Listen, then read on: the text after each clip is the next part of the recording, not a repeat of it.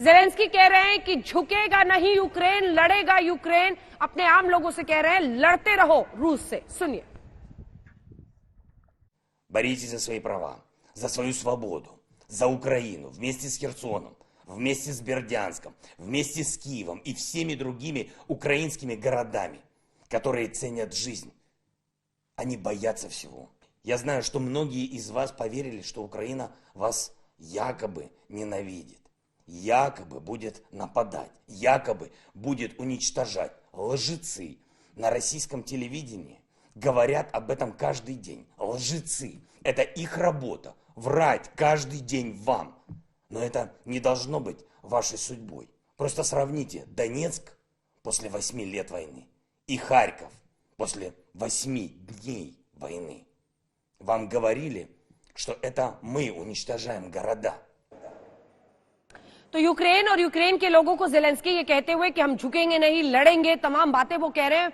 और ये आरोप भी लग रहा है। दोनों से मैं इस पर कमेंट चाहती हूं कि ज़ेलेंस्की को पश्चिमी मीडिया एक हीरो बना रहा है। वो कह रहे हैं कि मुझे भागना नहीं है यहां से, मुझे हथियार दो, मुझे लड़ना है। लेकिन इस एक शख्स पर अभी यूक्रेन और यूक्रेन का पूरा भविष्य टिका हुआ है। आप दोनों से एक कमेंट दयाल साहब जल्दी। देखिए ज़ेलेंस्की जो है, मैं पहले दिन से आपके दर्शकों को बताने की कोशिश कर रहा हूं कि ज़ेलेंस्की जो है वो किसी के बिहाफ पर लड़ाई लड़ रहे हैं, वेस्ट के बिहाफ पर, नाटो के बिहाफ पर लड़ाई लड़ रहे हैं। उन्हें अपनी क्षमता पता होनी चाहिए। उन्हें प्रेसिडेंट है, उन्हें पता होना चाहिए कि मेरे लोगों का नुकसान होगा, मेरे देश का नुकसान होगा। तो क्या करे वो? तो नाटो, क्योंकि उसको शुरू से ही ये मान लेना चाहिए था कि मैं नाटो में नहीं जाऊंगा, जो कि एक मूर्खता है। जहां से क्या मिलता है यूक्रेन को नाटो में जाने को? जब रशिया और यूक्रेन की पुरानी एक संबंध है, जब एक देश थे, एक मुल्क है, एक रेस है, उसको अगर कोई बर्बाद करवाने के लिए जिम्मेवार आज तो खुद ज़ेलेंस्की है, जिन्होंने पूरा का पूरा जो वेस्ट का प्रोपेगेंडा था उसके तहत। क्या इतने प्रेसिडेंट इतने भोले हैं कि इनको मालूम नहीं कि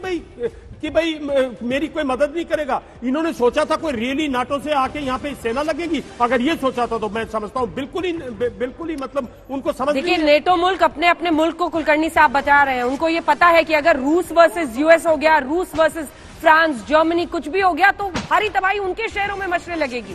लेकिन यूक्रेन में ये हो रहा है। ज़ेलेंस्की कितने सही कितने गलत? आधे घंटे दूर अब कीव से हॉस्टोमेल है और वहां पर रूसी हमले में हॉस्टोमेल में कई इमारतों में आग लग गई है। इट्स रीचिंग कीव नाउ, जिसे अंग्रेजी में कहें कि कीव के बहुत करीब पहुंच चुकी है लड़ाई। कुलकर्णी साहब, ज़ेलेंस्की कहां सही कहां गलत? अंजना जी, ये लड़ाई है जिसे बोलते हैं ना पूंजीवाद और साम्यवाद के विचारधारा की लड़ाई।